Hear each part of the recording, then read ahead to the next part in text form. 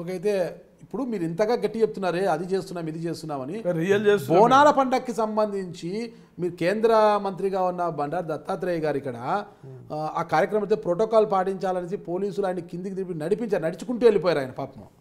దాన్ని కూడా గట్టిగా ఖండించలేని పరిస్థితిలో ఉంది ఆ రోజు మీ పార్టీ. అంటే కేసీఆర్ గారికి వ్యతిరేకంగా మాట్లాడలేని పరిస్థితిలో ఉన్నారు.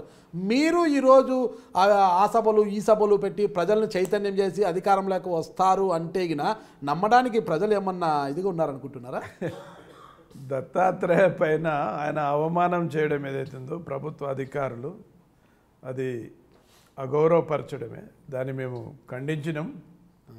ప్రచార మాధ్యమాలు ఏవైతే ఉన్నాయో అవి ప్రచురితం చేయలేదు. అలాంటి అవమానాలు చేయడం ద్వారా ఓ రాజకీయ పార్టీని పార్లమెంటు సభ్యుని అగౌరవపరచడం అయితే దాన్ని తీవ్రంగా మేము ఖండిస్తాం. మేము అందరూ ఖండిస్తారు, చర్యలు ఏముండవు కదా, ఖండిస్తారు అంతే. అది ఖండన మామూలే. ఖండిస్తున్నాం. ఇది నాటి నుంచి నేటి వరకు రివాజ్గా మారిపోయింది. ఏం కుస్తీ పడ్డలేం కదా పోయి, అంతేనంటారా? కేంద్రంలో మీరు బలవంతులు కదా, బలవంతు అవసరమైనప్పుడు చూపెడతాం అంతే. మీ బలం ఎప్పుడు పడితే అప్పుడు బలం బయటికి వెపన్ ఎప్పుడు పడితే అప్పుడు తీయరు కదా, అవసరమైనప్పుడు తీస్తారు, అవసరమైనప్పుడు యూజ్ చేస్తారు దాన్ని. తెలంగాణకు సంబంధించి ఉన్నది ఒకే ఒక మంత్రి. మీరు రాజయ్య గారిని మంత్రి పదవి నుంచి తొలగించేసి ఇంత గట్టిగా మాట్లాడారే. తెలంగాణ నుంచి ఉన్నది ఒకే ఒక మంత్రి. తెలంగాణలో మేము ప్రభుత్వంలోకి రావాలంటున్నారు. ఆ మంత్రిని తీసేస్తే మరో మంత్రిగా ఎవరికి అవకాశము ఇవ్వలేదు.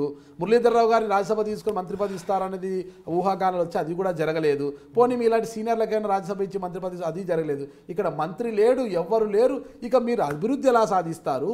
కేసీఆర్ని వ్యతిరేకించి ఎలా ముందుకు పోతారు మీరు? అసలుకి అంటే మంత్రి పదవి ఉన్నంత మాత్రాననే ఎదుర్కొంటామా? అంటే కేంద్రంలో మిగతా రాష్ట్రాలలో మంత్రి పదవులు ఉండడం ద్వారా మేము అధికారంలో వచ్చినాం. అక్కడ అట్లేం లేదు. దత్తాత్రేయ గారిని ఉత్తరాంధ్రలో తీసుకుంటే మొదటి నుంచి కూడా బీజేపీకి అనుకూలమైన పవనాలు ఉన్నాయి. దక్షిణ భారతదేశంలోని ఎటువంటి తెలుగు రాష్ట్రాల్లో తొలి నుంచి బీజేపీకి అనుకూల పవనాలు లేవు. ప్రాంతీయ పార్టీలది ఇక్కడ హవా కొనసాగుతుంది. అంటే ప్రాంతీయ పార్టీల హవాను తగ్గించి మీ హవా కొనసాగాలి అంటే మీ బలం ఉండాలి కదా. ఇక్కడ మంత్రి పదవులు ఉండాలి, కేంద్రంలో మంత్రి పదవులు ఉండాలి, కేంద్రంలో పదవులు ఉండాలి. ఉంటే రాష్ట్రానికి ఏదైనా ఇతోధికంగా నిధులు తీసుకురావాలి, అభివృద్ధి చేయాలి. ఇవన్నీ ఉంటే కదా జరిగేది. అవి నువ్వు ప్రధానమంత్రి గారిని ఒకసారి అడుగు. మీలాంటి సీనియర్ నాయకులు అంటే రాష్ట్రపతి కోవింద్ గారితో సమానంగా పనిచేసిన మీరు కేంద్రం పైన వెళ్ళి ఒత్తిడి తీసుకురావచ్చు కదా. మీకు సమకాలీకులైన మంత్రులు ఉంటారు, అందరూ ఉంటారు, వాళ్ళతో చర్చించవచ్చు కదా. మా తెలంగాణకి న్యాయం చేయండి అయ్యా, మేము భవిష్యత్తులో అధికారంలోకి రావాలనుకుంటున్నాం అనేసి. అది మా పార్టీ చూస్తుంది. మరి మీరేం చూస్తారు?